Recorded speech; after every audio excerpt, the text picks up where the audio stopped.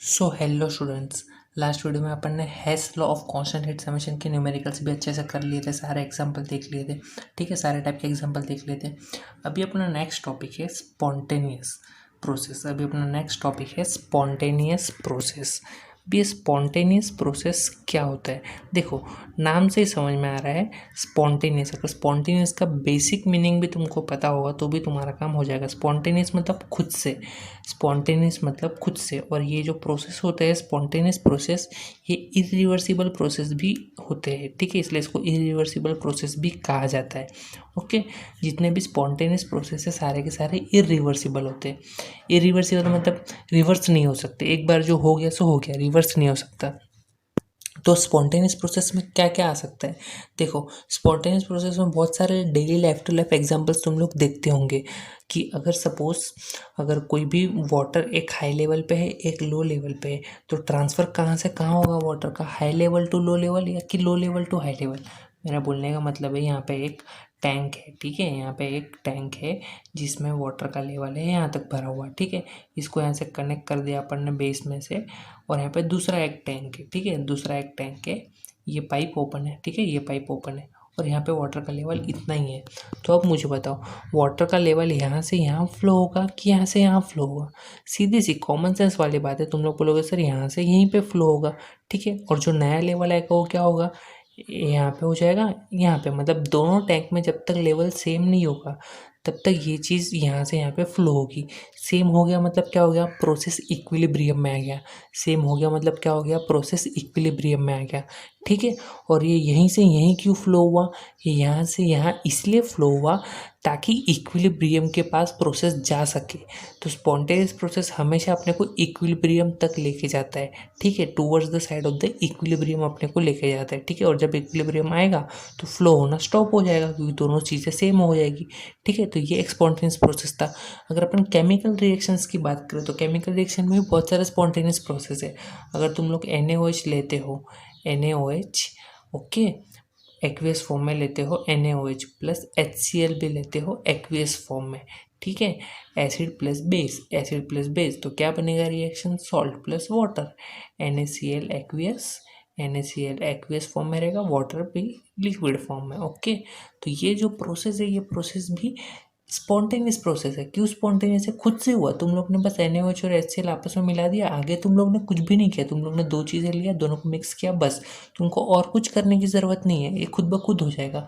तो जहाँ पे किसी एक्सटर्नल फैक्टर के इन्फ्लुएंस के अलावा कोई भी रिएक्शन या कोई भी चीज़ हो रही है तो उसको बोलेंगे स्पॉन्टेनियस प्रोसेस। ठीक है, तो मैंने तुमको रियल लाइफ का एग्जांपल भी दे दिया, एज वेल एज तुमको केमिकल पॉइंट ऑफ व्यू भी एग्जांपल दे दिया। ठीक है, अगर तुम लोग आइस को भी लेते हो, जो अपना आइस रहता है फ्रीजर में, आइस सॉलिड फॉर्म में रहता है। ठीक है, उस क्यूब्स फॉर्म में रहता है आइस। ओके, अगर तुम लोग उसको फ्रीजर से बाहर निकालते हो, मतलब मोर देन 0 डिग्री सेल्सियस तुम लोग लेके आ रहे हो, उसको सराउंडिंग टेम्परेचर में ला रहे हो, तो अगर आइस को तुम लोग मोर देन 0 डिग्री सेल्सियस पे रखोगे तो डेफिनेटली ये कुछ टाइम में लिक्विड में कन्वर्ट हो ही जाएगा। पूरा का पूरा आइस लिक्विड में कन्वर्ट हो जाएगा। तुमको इसको लिक्विड में कन्वर्ट करने के लिए कोई भी फैक्टर की ज़रूरत पड़ती है? नहीं, अपने आप हो जाता है। This is a spontaneous process. But कब? अबोव 0 डिग्री सेल्सियस, ये चीज़ याद रखना। ग्रेटर देन 0 डिग्री सेल्सियस रहेगा तो ये चीज़ हो पाएगा, नहीं तो नहीं हो पाएगा। ठीक है, तो ये सारे एग्जांपल्स है स्पॉन्टेनियस प्रोसेस। ठीक है, ये सारे एग्जांपल्स कौन से हैं? स्पॉन्टेनियस प्रोसेस के। अब ये सारे के सारे इरिवर्सिबल है क्या? तुम लोग खुद से ही सोचो। हाँ, डेफिनेटली सारे के सारे इरिवर्सिबल है। डेफिनेटली सारे के सारे इरिवर्सिबल है, रिवर्सिबल नहीं है। अगर मैं NaCl और H2 को ऐसे छोड़ दूँ, वापस से मुझे NaOH और HCl नहीं मिलने वाला। This is a irreversible process. अब ये एक बार वाटर यहाँ से यहाँ फ्लो हो गया तो क्या वापस से ये चीज़ें, वापस से इसका लेवल कम होगा और इसका लेवल बढ़ेगा? अपने आप बढ़ेगा क्या? नहीं बढ़ेगा, नो चांस। ये लिक्विड अपने आप आइस में कन्वर्ट होगा क्या? नहीं होगा, नो चांस। तो ये सारी चीज़ें कौन सी है? Spontaneous process as well as irreversible process. तो ठीक है, ये चीज़ समझ में आ गया कि स्पॉन्टेनियस प्रोसेस क्या होता है। क्लियर हो गया? अभी बात करते हैं नेक्स्ट चीज़ जो कि है एनर्जी। Energy and spontaneity. अब ये एक नेक्स्ट पॉइंट है, ये अपने को समझना है। Energy and spontaneity. ठीक है, एनर्जी एंड स्पॉन्टेनिटी। अब ये क्या होता है? देखो, अब कोई भी रिएक्शन स्पॉन्टेनियस है तो देखो, अगर अपन ये वाले रिएक्शन की बात कर लेते हैं, ठीक है, अगर अपन ये वाला रिएक्शन लेते हैं तो NaOH plus HCl, NaOH plus HCl, तो रिएक्शन बनता है NaCl plus H2O, salt plus water. तो ये जो रिएक्शन है ये हाईली एक्सोथर्मिक रिएक्शन है, this is a exothermic reaction. क्यों? अपने को इसके वैल्यू पैसे पता चल जाता है, -57 किलो जूल आता है, ठीक है। इसका एंथैल्पी -57 किलो जूल है और माइनस का साइन है, मतलब this is a exothermic reaction, ठीक है। ये एक्सोथर्मिक रिएक्शन है। तो अभी यहाँ पे एनर्जी एंड स्पॉन्टेनिटी का मतलब क्या कि एनर्जी रिलीज हुआ, एनर्जी रिलीज हुआ और तुमको अच्छे से पता है अगर एनर्जी रिलीज होता है, किसी भी चीज़ का एनर्जी रिलीज होता है तो वो चीज़ स्टेबल होती है, ठीक है। मतलब एनर्जी एंड स्पॉन्टेनिटी के लोग ये रिलेशन अपन समझ सकते हैं कि अगर एनर्जी रिलीज हो रहा है तो ये रिएक्शन स्पॉन्टेनियस है, ठीक है। लेकिन ऐसा हमेशा पॉसिबल नहीं है, हमेशा ये चीज़ पॉसिबल नहीं है कि एक्सोथर्मिक रिएक्शन होगा तो ही क्या होगा, ये स्पॉन्टेनियस होगा। This is not 100% correct. ये एक रिएक्शन था जहाँ पे अपने को ये ऑब्जर्व हुआ कि अगर ये रिएक्शन एक्सोथर्मिक है मतलब स्पॉन्टेनियस है, लेकिन सारे में ये चीज़ अप्लाई होगा, नॉट पॉसिबल। देखो एक दूसरा का एग्जाम्पल है NaCl। NaCl सॉलिड फॉर्म में लेते हैं प्लस एक्वियस, एक्वियस मतलब वाटर के साथ अगर इसको अपन डिजोल्व कर दे तो ये किस में कन्वर्ट हो जाएगा, ये कन्वर्ट हो जाएगा Na plus ions aqueous form में रहेंगे, as well as Cl minus ions भी एक्वियस फॉर्म में रहेंगे, ओके। और इसका जो एंथैल्पी का वैल्यू आता है वो है +3.9 किलो जूल, +3.9 किलो जूल पर मोल। कितना वैल्यू आता है, +3.9 किलो जूल पर मोल का वैल्यू आता है इसका, किलो जूल पर मोल, ठीक है। तो प्लस का वैल्यू आया तो इसका सिंपल सा मतलब क्या हो गया, ये तो एंडोथर्मिक रिएक्शन है। तो अभी तो ऊपर वाले रिएक्शन में देखा ये एक्सो था, इसके लिए स्पॉन्टेनियस था, तो नीचे वाले में एंडो है तो स्पॉन्टेनियस कैसे हो गया। मतलब यहाँ पे एनर्जी और स्पॉन्टेनिटी का कोई एग्जैक्ट रिलेशन नहीं बता सकते कि रिएक्शन एंडोथर्मिक होगा तो ही स्पॉन्टेनियस होगा या रिएक्शन एक्सोथर्मिक होगा तो ही स्पॉन्टेनियस होगा, ये चीज़ अपन एग्जैक्टली नहीं बता सकते, ये प्रोसेस टू प्रोसेस चेंज होगा। तो सिर्फ एनर्जी ही एक अकेला क्राइटेरिया नहीं है जो स्पॉन्टेनिटी को डिस्क्राइब करता है, अपने को और एक क्राइटेरिया की ज़रूरत पड़ेगी जो स्पॉन्टेनिटी को एक्सप्लेन कर सके अच्छे से। तो फिर एक नेक्स्ट क्राइटेरिया आता है अपने सामने जो है एंट्रोपी, जो है एंट्रोपी। अब ये एंट्रोपी एक ऐसा क्राइटेरिया है जिससे अपने को स्पॉन्टेनिटी काफ़ी अच्छे से समझ में आता है, ठीक है। एंट्रोपी, अब ये एंट्रोपी का मतलब क्या होता है, देखो अगर एकदम सिंपल वर्ड में बोलूँ, एकदम सिंपल वर्ड में एंट्रोपी का एक्सप्लेन करूँ तो एंट्रोपी का मतलब होता है रैंडमनेस। एंट्रोपी का मतलब होता है रैंडमनेस, रैंडमनेस। देखो अगर मैं पहले इस एकदम रियल लाइफ के तुमको एग्जांपल देता हूँ, एकदम रियल लाइफ के एग्जांपल देता हूँ, ठीक है, रैंडमनेस का। अब सपोज करो तुम लोग, तुम्हारा रूम जहाँ पे रहते हो जो भी हो, बेडरूम हो तुम्हारा, स्टडी रूम हो, जो भी हो तुम्हारा, सपोज कर लो बेडरूम है तुम्हारा, ठीक है। तो बेडरूम में अगर तुम वो बेडरूम को संभालते हो तो सारी चीज़ें कैसी रहती है, बिखरी बिखरी रहती है। कोई चीज़ इधर रहेगा, बैग इधर रहेगा तो लैपटॉप इधर रहेगा, तो चार्जर इधर रहेगा तो मोबाइल इधर रहेगा, बिखरी हुई चीज़ रहती है।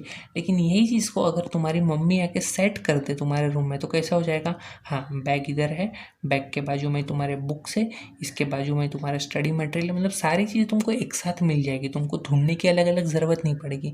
तो एंट्रोपी या तो रैंडमनेस का मतलब क्या है, रैंडमनेस मतलब तो एग्जांपल से समझ ही गए, मतलब जितनी चीज़ें एक दूसरे से ज़्यादा बिखरी बिखरी रहेगी, एक दूसरे से दूर दूर रहेगा उतना एंट्रोपी ज़्यादा रहेगा, और जहाँ पे चीज़ें एक दूसरे के पास आ जाएगी वहाँ पे रैंडमनेस कम हो जाएगी। देखो ना, अगर तुम्हारे पास बैग है, बैग के बाजू में ही बुक रखा है, बुक के बाजू में तुम्हारा स्टडी मटेरियल, नोट्स हो, गाइड हो, जो भी हो, स्टडी मटेरियल सारी एक साथ रखा हुआ है, तो इसका मतलब क्या यहाँ पे रैंडमनेस है क्या, नहीं रैंडमनेस नहीं है, यहाँ पे सारी चीज़ें प्रॉपरली अरेंज की हुई है, मतलब यहाँ पे एंट्रोपी क्या है, कम है। ये तो था रियल लाइफ का एग्जाम्पल। अब मैं तुमको केमिकल पॉइंट ऑफ व्यू समझाता हूँ, ठीक है। अब देखो अगर आइस का ही एग्जांपल ले लो, आइस का ही एग्जांपल ले लो जो बहुत फेमस है और समझने के लिए काफ़ी सिंपल है। आइस सॉलिड फॉर्म में है तो एक पर्टिकुलरली इसके जो पार्टिकल्स वैसे अरेंज रहेंगे, ठीक है, अरेंज रहेंगे क्रिस्टलाइन फॉर्म में, ओके।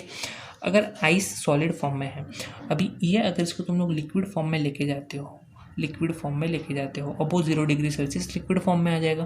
तो लिक्विड फॉर्म में आ जाएगा तो इसके पार्टिकल्स का कोई फिक्स अरेंजमेंट नहीं रहेगा, ये कैसा भी इधर उधर जा सकता है, क्योंकि लिक्विड का कोई शेप नहीं होता, लिक्विड का कोई शेप नहीं होता, वो तुम्हारे जहाँ पे तुम लोग उसको स्टोर कर रहे हो वो कंटेनर का शेप एक्वायर कर लेते हैं लिक्विड, ये तुमको अच्छे से पता है, लिक्विड का बेसिक प्रॉपर्टी है, ठीक है। तो यहाँ पे पार्टिकल्स एक दूसरे से दूर है, किसके कंपेयर में दूर है, आइस के कंपेयर में। जो पार्टिकल्स एक दूसरे के पास थे, आइस के कंपैरिजन में पार्टिकल्स का रैंडमनेस बढ़ गया, एक दूसरे से दूर हो गए। अगर यही चीज़ को मैं अबो 100 डिग्री सेल्सियस लेके जाता हूँ, 100 डिग्री सेल्सियस के ऊपर, तो ये गैस फॉर्म में हो जाएगा। गैस फॉर्म में तो और भी दूर दूर हो जाएगा, एक दूसरे का कोई कनेक्शन ही नहीं रहेगा। तो यहाँ पे रैंडमनेस बोलो या तो एंट्रोपी बोलो बहुत ज़्यादा बढ़ गई। तो एंट्रोपी ज़्यादा कहाँ दिख रही है? एंट्रोपी ज़्यादा यहाँ दिख रही है, उसके बाद में यहाँ, और सबसे कम यहाँ। ठीक है, तो इसका मतलब क्या है? अगर एंट्रोपी बढ़ता है तो सीधी सी बात है, स्पॉन्टेनियस का जो रिएक्शन है वो स्पॉन्टेनियस होगा कि नहीं होगा? स्पॉन्टेनियस होगा, रिएक्शन डेफिनेटली स्पॉन्टेनियस होगा। ठीक है, अगर एंट्रोपी बढ़ रहा है तो reaction must be a spontaneous reaction. ठीक है, ये चीज़ हमेशा याद रखना। अगर स्पॉन्टेनिटी इंक्रीज हो रही है, एंट्रोपी बढ़ रहा है, तो तुम्हारा जो रिएक्शन है वो भी डेफिनेटली क्या है? स्पॉन्टेनियस रिएक्शन है। ठीक है, तुम लोग देख सकते हो, अगर इसको 0 डिग्री सेल्सियस पे अबोव 0 डिग्री सेल्सियस लेके आते हो तो एंट्रोपी बढ़ता है। क्यों बढ़ रहा है? वो स्पॉन्टेनियस रिएक्शन है, तो एंट्रोपी बढ़ेगा ही। और लिक्विड से गैस में जा रहे हो above 100 degree Celsius, above 100 degree Celsius. ठीक है, अगर तुम लोग लिक्विड को रखते हो तो अपने आप ही गैस में कन्वर्ट हो जाएगा, तो एंट्रोपी बढ़ गया, और ये स्पॉन्टेनियस रिएक्शन है। ठीक है, तो एग्जांपल्स तुम्हारे सामने है। स्पॉन्टेनियस रिएक्शन में एंट्रोपी हमेशा इंक्रीज होता है, ये चीज़ याद रखना। और इसमें कोई एक्सेप्शन नहीं है, चाहे एंडोथर्मिक रिएक्शन हो चाहे एक्सोथर्मिक रिएक्शन हो, स्पॉन्टेनिटी क्राइटेरिया इसके लिए ही डिज़ाइन किया गया है, ये वर्क करेगा, डेफिनेटली वर्क करेगा। ठीक है, अब देखो कुछ एग्जांपल्स देख लेते हैं। अगर अपन I2 की बात करते हैं, I2 सॉलिड फॉर्म में है, आयोडीन सॉलिड फॉर्म में, अगर इसको अपन एक्वियस मतलब लिक्विड के साथ डालते हैं, डिसॉल्व करते हैं, तो ये क्या बन जाएगा? I2, आयोडीन लिक्विड फॉर्म में आ जाएगा, एक्वियस फॉर्म में। अब सॉलिड्स लिक्विड फॉर्म में गया तो सीधी सी बात है, इसका स्पॉन्टेनिटी बढ़ गया, एंट्रोपी बढ़ गया, आई मीन टू से एंट्रोपी बढ़ गया, और एंट्रोपी बढ़ गया तो ये तो स्पॉन्टेनियस रिएक्शन है। तुमको पता है सॉलिड को अगर वाटर में डालोगे तो अपने आप ही डिजोल्व हो जाएगा। ठीक है, तो इसका स्पॉन्टेनिटी है, मतलब एंट्रोपी इसका इंक्रीज हो गया। सॉलिड फॉर्म में इसका रैंडमनेस कम था, लेकिन लिक्विड फॉर्म में रैंडमनेस ज़्यादा है। मतलब अब समझ ही सकते हो ना, अगर सॉलिड फॉर्म में ले रहे हो, सपोज करो उसका ये सॉलिड फॉर्म में, ठीक है, अब यहाँ पे पार्टिकल इसकी फिक्स पोजीशन में है, लेकिन जैसे ही इसको तुम लोग वाटर में डिसॉल्व करते हो तो ये तो लिक्विड फॉर्म में कहीं पे भी घूमने लगेंगे, मतलब एंट्रोपी इंक्रीज हो गया। This is a spontaneous reaction, तुमको अच्छे से पता है। ठीक है, अगर H2 गैस फॉर्म में है, H2 गैस फॉर्म में है, अगर इसको तुम लोग सेपरेट करते हो तो ये क्या बन जाएगा? 2 टाइम्स H गैस फॉर्म में। तो यहाँ पे भी एंट्रोपी बढ़ रही है, अगर चेक करो, हाँ डेफिनेटली एंट्रोपी बढ़ रही है। क्यों बढ़ रही है? अगर H2 गैस फॉर्म में है, H2 एज अ मॉलिक्यूल है, तो उसके बीच में एक बॉन्ड रहेगा, लेकिन 2 टाइम्स H मतलब तुम लोग ये बॉन्ड को ही तोड़ दे रहे हो, तो ये तो एक दूसरे से अलग ही हो जाएगा, स्पेस ज़्यादा हो जाएगा, मतलब रैंडमनेस ज़्यादा हो जाएगा इनका। तो ये भी स्पॉन्टेनियस रिएक्शन है। डेल्टा एस पॉजिटिव मिलेगा यहाँ पे, डेल्टा एस क्या मिलेगा? डेल्टा एस तुम लोग को यहाँ पे पॉजिटिव मिलेगा। ठीक है, ये सारे एग्जाम्पल्स है जहाँ पे डेल्टा एस तुम लोग को पॉजिटिव मिल रहा है।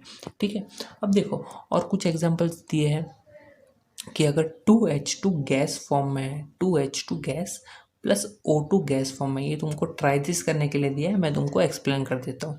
2H2O लिक्विड फॉर्म, अब बताओ गैस से लिक्विड फॉर्म में जा रहा है, this is L liquid form, gas से लिक्विड फॉर्म में जा रहा है, तो तुमको क्या लगता है एंट्रोपी कम होगा कि ज़्यादा होगा? डेल्टा एस पॉजिटिव होगा कि डेल्टा एस नेगेटिव होगा?